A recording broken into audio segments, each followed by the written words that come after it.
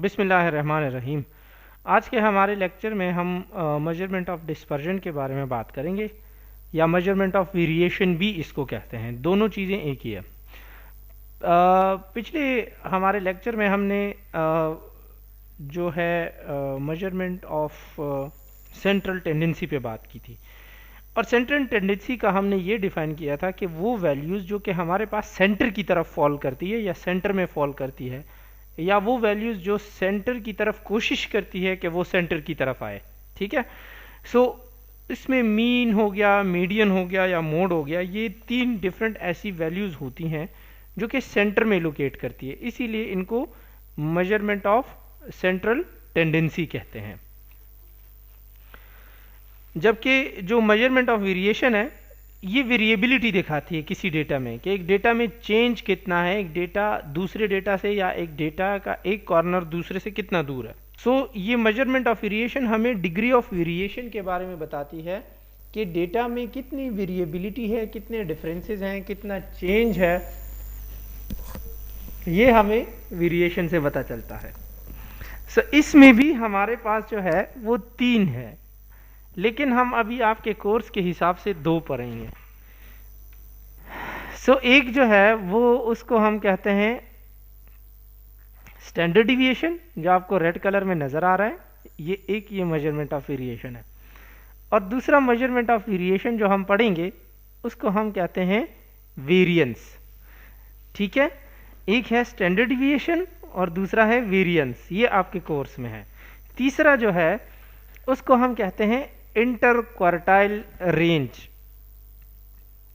लेकिन वह अभी आपके कोर्स का पार्ट नहीं है। इंटर क्वार्टाइल रेंज IQR मालूम करना, उसको हम डिटेल में नहीं पढ़ेंगे, लेकिन जो स्टैंडर्ड डिविएशन है और वेरिएंस है उनको हम डिटेल में पढ़ेंगे।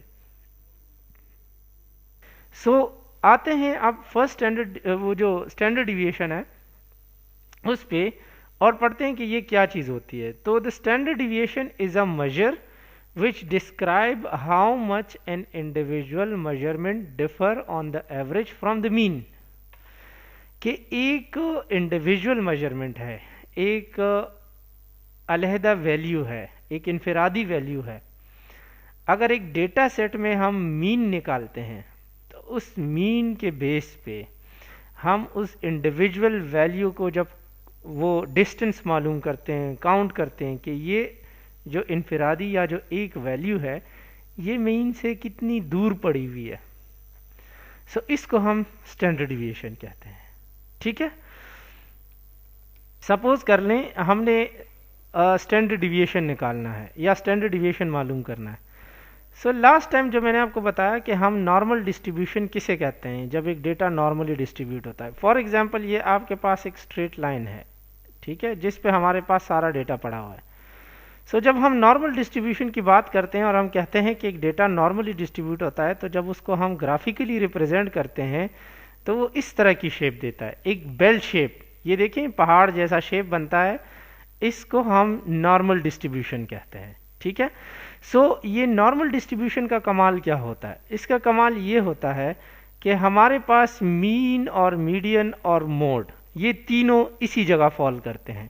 ये अगर क्वेश्चन आपसे आ जाए कि नॉर्मल डिस्ट्रीब्यूशन की प्रॉपर्टीज बता दें, तो एक प्रॉपर्टी तो नॉर्मल डिस्ट्रीब्यूशन की ये है कि हमारे पास ये जो है एक बेल शेप्ड कर्व होता है। ठीक है, दूसरी बात इसमें यह है कि ये हमारे पास एसिम्प्टोटिक होता है। ठीक है, तीसरी बात यह है कि ये इसमें हमारे पास मीन, मीडियन और मोड जो है ये हमारे पास fall on the same point in centre. ठीक है, और जो हमारे पास फोर्थ पॉइंट है वो ये है कि इसमें हमारे पास जो most of the data lies in centre. ठीक है, ये कुछ इस तरह के हमारे पास जो है ये इसकी प्रॉपर्टीज हैं। अच्छा, एसिम्प्टोटिक का मतलब क्या है? एसिम्प्टोटिक का मतलब ये है कि जो हमारे पास ये इसके साइड्स हैं, राइट साइड है जो आपको नजर आ रहा है ये वाला, और ये जो लेफ्ट साइड है ये वाला, इसको अगर हम देखें तो ये कभी भी इस नीचे वाले लाइन को टच नहीं कर रहे, इस लाइन को टच नहीं कर रहे। मतलब ये चलते रहेंगे, सीधे हो जाएंगे, ऐसे चलते रहेंगे, लेकिन ये क्या करेंगे कि ये जो नीचे हमारे पास हॉरिजॉन्टल लाइन है इसको टच नहीं करेंगे, इसको कहते हैं एसिम्प्टोटिक। सो ये एक हमारे पास स्टैंडर्ड नॉर्मल डिस्ट्रीब्यूशन की कर्व बनती है, ठीक है, जिसमें हमारे पास जो है वो मीन की जो वैल्यू है वो इधर फॉल करती है, मीडियन और मोड, ये तीनों इधर होते हैं, सेंटर पॉइंट पे होते हैं, मीन, मीडियन और मोड।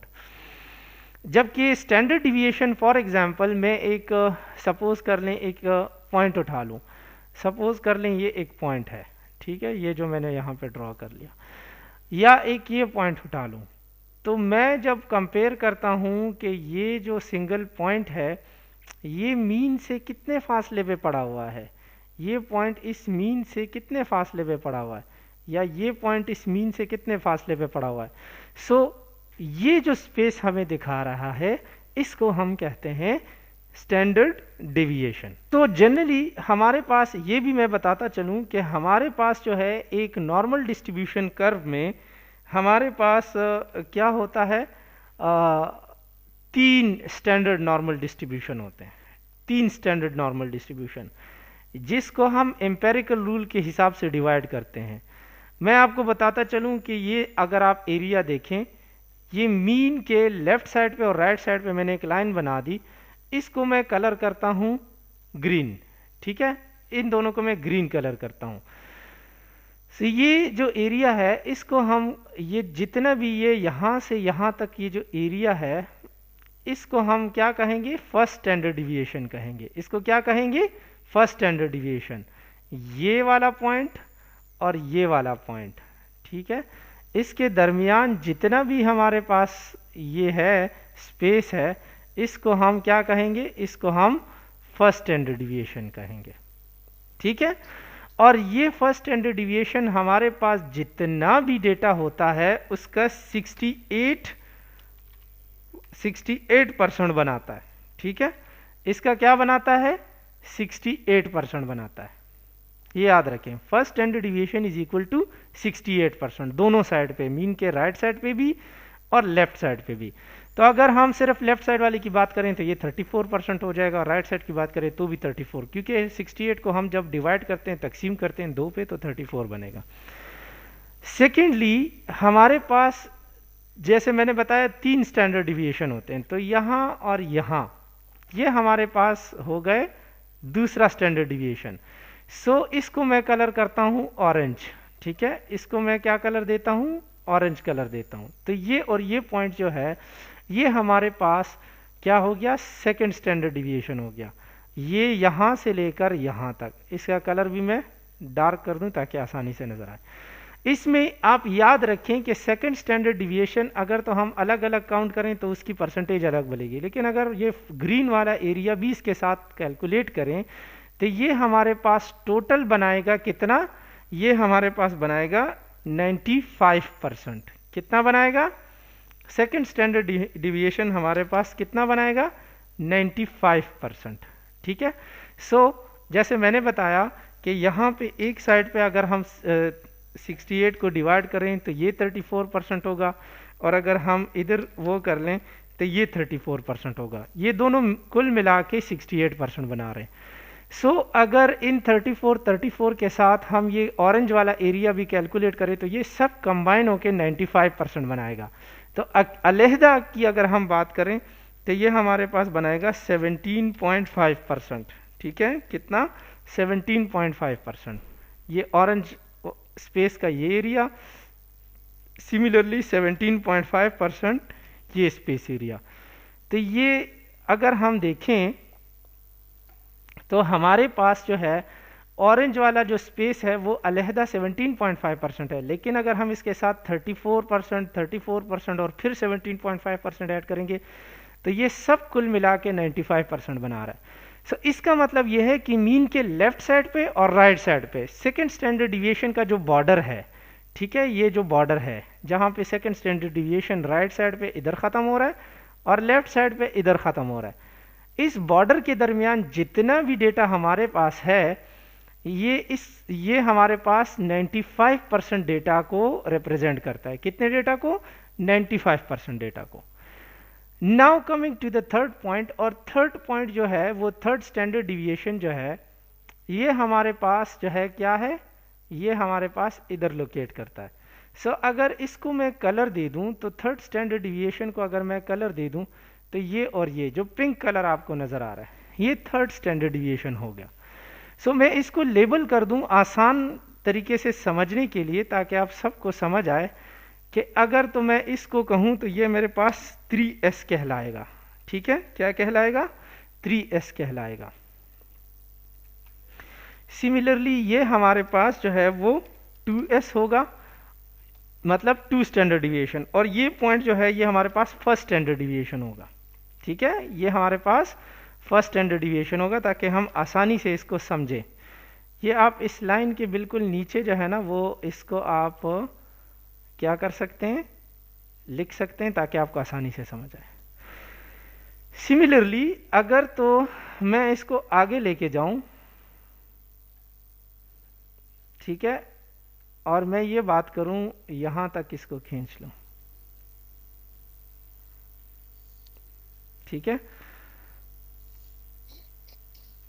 यही चीज हमारे पास इस साइड पे भी होगी। कैसे होगी कि ये first standard deviation right side पे होगा और ये लाइन जो है ये second standard deviation right side पे होगा, और ये जो है ये हमारे पास third standard deviation right side पे होगा। सो हमारे पास राइट साइड पे भी 3 स्टैंडर्ड डिविएशन है, लेफ्ट पे भी है।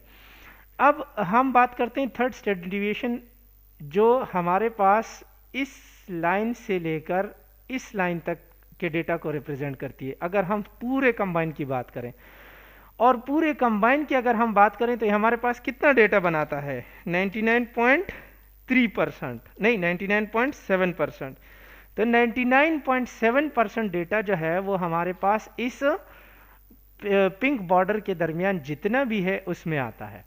अगर हम सेपरेट की बात करें तो ये हमारे पास 2.35% ये होगा, सी ये पिंक वाला एरिया, और सिमिलरली इस साइड पे भी हमारे पास ये पिंक वाला एरिया 2.35% होगा। सो अब आप कैलकुलेट कर लें। अगर आप कैलकुलेट कर लें, ठीक है, 2.35 प्लस 17.5 प्लस 34, तो ये हमारे पास बनाएगा कितना? ये हमारे पास बनाएगा 49 तकरीबन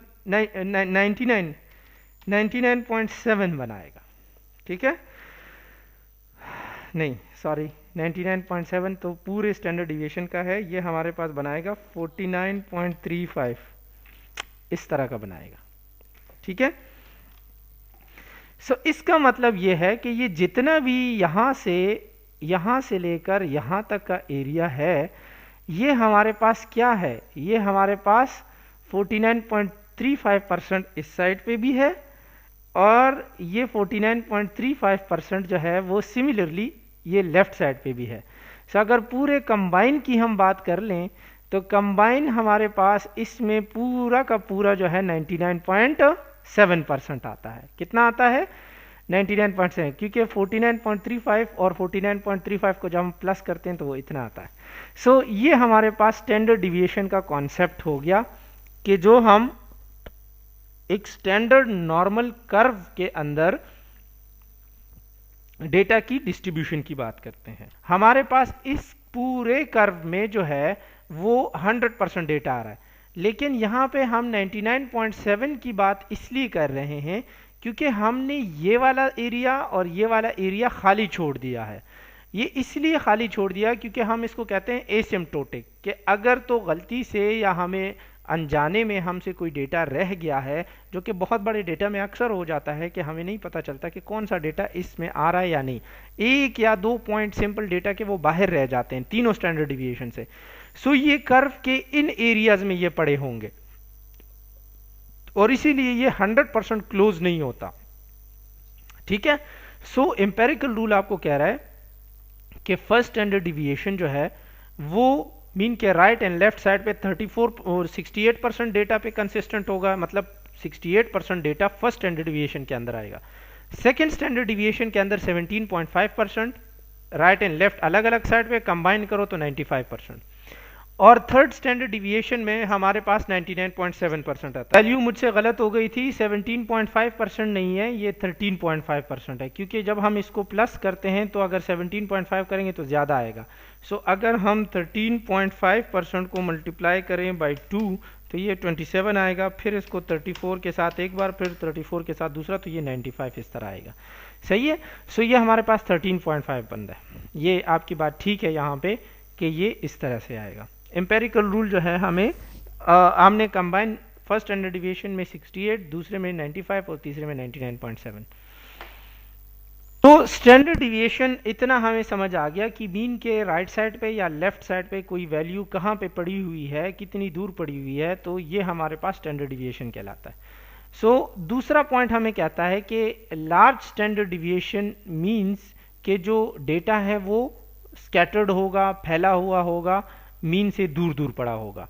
और स्मॉल स्टैंडर्ड डिविएशन मीन्स के जो डेटा है वो मीन के पास करीब करीब कंसंट्रेटेड पड़ा है और इसमें वेरिएशन कम होगी। सो अगर मैं आपको ड्रॉ करके दिखाऊं तो हमारे पास जो बनेगा स्कैटर्ड डेटा का या लार्ज स्टैंडर्ड डिविएशन का, देखें ये वैल्यू जो स्टैंडर्ड डिविएशन की वैल्यूज हैं, अगर तो ये दूर दूर आए, हमारे पास जो कर्व बने वो इस तरह का बने, ठीक है, वो कर्व बने इस तरह का, ठीक है। सो ये देखें इसमें ऊंचाई तो कम है, ठीक है, लेकिन इसमें हमारे पास स्टैंडर्ड डिविएशन जो है, ये फर्स्ट स्टैंडर्ड डिविएशन इधर और इधर आ गया, ठीक है, सेकंड स्टैंडर्ड डिविएशन इधर और इधर आ गया, और थर्ड स्टैंडर्ड डिविएशन इधर और इधर आ गया। सो अगर फिर हम ये बात कर लें कि हमारे पास जो है वो, अगर तो हम किसी इंडिविजुअल वैल्यू की बात करें तो ये देखिए कितना दूर दूर पड़ा होगा मीन से। सो इसीलिए कर्व भी चौड़ा ही नज़र आएगा। लेकिन अगर तो हमारे पास किसी डेटा में स्टैंडर्ड डिविएशन छोटा है तो उसकी शेप कैसे बनेगी वो मैं आपको ड्रॉ करके बता देता हूँ। उसकी शेप इस तरह की बनेगी, ये जो कर्व है ये ऊंचा नज़र आएगा आपको इस तरीके से। सो इसमें क्या होगा कि मीन इधर लोकेटेड है, आप देखें फर्स्ट स्टैंडर्ड डिविएशन कम्पैक्ट हो गया क्योंकि इसमें डेटा जो है ना वो बहुत ऊपर तक गया है और ज़्यादातर डेटा इस कर्व के अंदर बहुत करीब करीब तक फॉल कर रहा है। तो ये देखिए फर्स्ट और सेकंड स्टैंडर्ड डिविएशन इतने करीब पड़ रहे हैं और थर्ड स्टैंडर्ड डिविएशन इधर पड़ेगा। सो जो हमारे पास डेटा है वो ज़्यादा स्कैटर्ड नहीं होगा, ज़्यादा फैला हुआ नहीं होगा, बल्कि मीन के करीब करीब ही फॉल करेगा, क्योंकि ये यहाँ तक देखिए कितना ऊपर तक ये हमारे पास पॉइंट्स जा रहे हैं। सो डेटा मीन के अराउंड जो है वो करीब करीब रहेगा, जबकि इसमें जो है हम कितने भी पॉइंट वो करें तो इससे बाहर तो नहीं वो कर सकते। सो हमारे पास डेटा जो है वो जाहिर सी बात है ऐसे फैलता जाएगा सेकेंड और थर्ड स्टैंडर्ड डिविएशन में। तो थर्ड स्टैंडर्ड डिविएशन की वैल्यू अगर तो हमारे पास ये, अगर स्टैंडर्ड डिविएशन की वैल्यू हमारे पास बड़ी है तो इसका मतलब ये है कि डेटा जो है मीन से दूर दूर पड़ा है, और अगर कम है तो इसका मतलब यह है कि मीन के बिल्कुल करीब करीब पड़ा है। और नेक्स्ट कॉन्सेप्ट जो हम पढ़ेंगे उसको वेरिएंस कहते हैं। तो इन सिंपल वर्ड वेरिएंस भी सेम ही कॉन्सेप्ट है, फर्क सिर्फ यह है कि स्टैंडर्ड डिविएशन जो है वो वेरिएंस का स्क्वायर रूट है। जब हम वेरिएंस कैलकुलेट करते हैं तो उस वेरिएंस का जो है उस पे अगर तो हम स्क्वायर रूट ले लें, ठीक है, सो ये उसका स्क्वायर रूट जब निकलेगा तो उसकी वैल्यू जो हमारे पास आएगी वो स्टैंडर्ड डिविएशन की वैल्यू होगी, ठीक है। बाकी ये चीज़ मतलब ये है कि वेरिएबिलिटी ही शो कर रहा है, चाहे स्टैंडर्ड डिविएशन हो चाहे वेरिएंस हो, ये डेटा की वेरिएशन शो करता है। सो ये उसका जो है स्टैंडर्ड डिविएशन का फार्मूला है, S D is equal to summation X I minus X bar square divided by n minus 1, और ऊपर का हम जो है वो स्क्वायर रूट निकाल लेते हैं। सो आपने ये फार्मूला देखा और तो हमने फार्मूला पढ़ लिया। सपोज कर लें आपके पास एक डेटा है 1 2 3 4 5, तो हम जब इसका स्टैंडर्ड डिविएशन मालूम करेंगे तो इस फार्मूले के हिसाब से जाएंगे। और कैसे करेंगे कि हमें तो x बार इसमें एक चाहिए, मतलब मीन चाहिए। इंडिविजुअल वैल्यू जो एक्स आई है वो तो हमें दी है, 1 भी है, 2 भी है, 3 भी है, 4 भी है, 5 भी है, जबकि हमें x बार यानी मीन चाहिए। और n भी हमें दिया गया है, n जो है ये 5 नंबर है, टोटल सैंपल साइज 5 है, तो 5 माइनस 1 ये 4 आ जाएगा। सो हमें इन दोनों वैल्यूज की नीड है। तो हम क्या करेंगे, एक टेबल बनाएंगे। हम इंडिविजुअल वैल्यू एक्स आई हमने लिख ली 1 2 3 4 5, ठीक है, ये सारे लिख लिए। इन सब को हमने प्लस किया तो क्या आया, 15 आया। अब ये टोटल नंबर कितने हैं, 5 है, तो 15 को जब 5 पे डिवाइड किया तो हमारे पास 3 आया। ये 3 इसीलिए इधर लिखा। सो ये 3 जो है ये हमारे पास मीन है, एक्स बार जिसको हम कहते हैं। देखिए ऊपर कॉलम में एक्स बार मेंशन है, तो ये 3 हमारे पास रेड कलर का जो नजर आ रहा है ये एक्स बार है।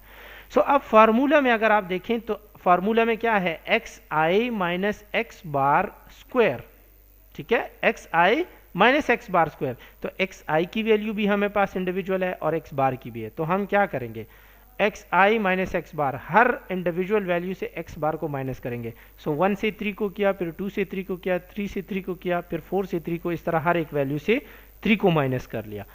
अब हमने क्या करना है, क्योंकि हमने देखा कि 1 से 3 को माइनस करते हैं तो -2 आया, फिर 2 से 3 को माइनस करते हैं तो -1 आया, 3 से 3 को माइनस करते हैं तो 0 आया, और इसी तरीके से हमने ये बाकी दो भी कर लिए। 4 से 3 माइनस किया तो 1 आया, और 5 से 3 किया तो 2 आया। लेकिन फार्मूला में है कि चलें ये एक्स आई माइनस एक्स बार आपने मालूम तो कर लिया, इसका स्क्वायर भी लेना है। देखें दोनों को ब्रैकेट में स्क्वायर के साथ बंद किया है। सो हमने ये इंडिविजुअल वैल्यू तो मालूम कर ली, तो अब इस इंडिविजुअल वैल्यू की स्क्वायर को भी मालूम करना है। तो देखें ये स्क्वायर इधर भी है, सो इन सब का स्क्वायर ले लिया। तो आपको पता है कि नेगेटिव नंबर का जब हम स्क्वायर लेते हैं वो पॉजिटिव में कन्वर्ट हो जाता है। तो 2 का स्क्वायर लिया तो वो 4 बन गया, 1 का स्क्वायर लिया 1 बन गया, 0 का स्क्वायर तो 0 से जो भी चीज़ मल्टीप्लाई होती है या स्क्वायर निकलता है तो वो वही आता है, 0 बन जाता है। 1 का स्क्वायर फिर 1 बन गया, और 2 का स्क्वायर 2 बन गया। अब ये हमारे पास x I minus X bar square की वैल्यूज है हर एक इंडिविजुअल नंबर की। तो इन सब को हम समेशन का ये जो साइन नजर आ रहा है आपके ई का साइन, इसके हिसाब से हम 4 1 0 1 और 4 इन सब को प्लस करते हैं, तो समेशन हमारे पास क्या आया, इसका 10 आया। सो summation X I minus X bar square ये हमारे पास 10 आया। नीचे हमारे पास है n माइनस 1, तो टोटल सैंपल साइज या n कितना है हमारे पास, 5 है। ये नंबर देखिए ना 1 2 3 4 5, ये टोटल 5 नंबर है। तो यहाँ हम 5 लिखेंगे, 5 से 1 माइनस करेंगे तो हमारे पास 4 बन गया। देखिए n माइनस 1 4, ये ऊपर फार्मूला जो लिखा गया है इसकी जगह 10 लिखा, n माइनस 1 की जगह 4 लिखा, ठीक है। तो जब 10 को हमने 4 पे डिवाइड किया तो हमारे पास क्या आया, 2.5। ये 2.5 हमारे पास वेरिएंस है, ये याद रखें। देखें s के ऊपर स्क्वायर है क्योंकि फार्मूला में भी इधर स्क्वायर है, सो s के ऊपर स्क्वायर है। सो ये अब हमारे पास वेरिएंस की वैल्यू आई 2.5, और हमें पता है कि जब हम वेरिएंस का स्क्वायर रूट निकालते हैं तो वो हमारे पास स्टैंडर्ड डिविएशन बन जाता है। सो 2.5 का स्क्वायर रूट निकाल लिया, हमारे पास वो क्या आया रिजल्ट 1.6। तो ये 1.6 हमारे पास स्टैंडर्ड डिविएशन है। अब समझ आई, तो 3 हमारे पास इसका मीन है और 1.6 हमारे पास स्टैंडर्ड डिविएशन। अच्छा, सैंपल वेरिएंस मतलब यह है कि एक सैंपल में हमारे पास वेरिएबिलिटी या चेंज कितना होता है उसको हम सैंपल वेरिएंस कहते हैं। सो हमने ये एक कैलकुलेट कर लिया। सो सैंपल वेरिएंस या सैंपल स्टैंडर्ड डिविएशन जब हम कैलकुलेट करते हैं, कंप्यूट करते हैं, तो उसके लिए ये पॉइंट बड़े इंपॉर्टेंट है। वो क्या है कि हम कैसे कंप्यूट करते हैं, बहुत सिंपल तरीका है। सबसे पहले हम मीन निकालते हैं, we always take the mean. जैसे हमने प्रीवियस एग्जांपल में किया कि सबसे पहले हमने क्या किया, मीन निकाला इसका, इस डेटा का। दूसरा क्या किया कि हमने इंडिविजुअल स्कोर से मीन को माइनस किया, जैसे हमने यहाँ किया, इंडिविजुअल स्कोर से मीन को माइनस किया।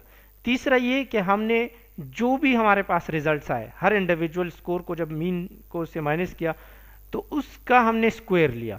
तो आप इसमें देखें हर इंडिविजुअल स्कोर का हमने स्क्वायर लिया, और फिर उस स्क्वायर के रिजल्ट को हमने प्लस किया। तो आप देखें इन सब को हमने प्लस किया, 10 आया। सिंपल, जब 10 आया तो उसको डिवाइड करें सैंपल साइज से 1 माइनस करके, सैंपल साइज -1। सो सैंपल साइज से जब 1 माइनस हमने किया तो वो 4 आया, 10 को 4 पे डिवाइड किया 2.5 आया।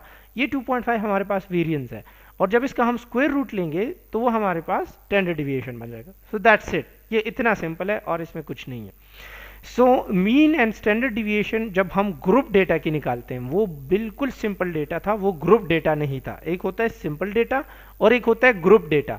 सो जो सिंपल डेटा है उसका तो तरीका ये था, लेकिन जब ये ग्रुप डेटा होता है तो उसका फार्मूला थोड़ा सा चेंज हो जाता है। और वो फार्मूला क्या है कि मीन हम निकालते हैं summation F into X I divided by N. उसमें क्या था, summation X divided by N था ना, कि जितने भी नंबर थे हमारे पास उसको प्लस करके डिवाइडेड बाय सैंपल साइज पे किया।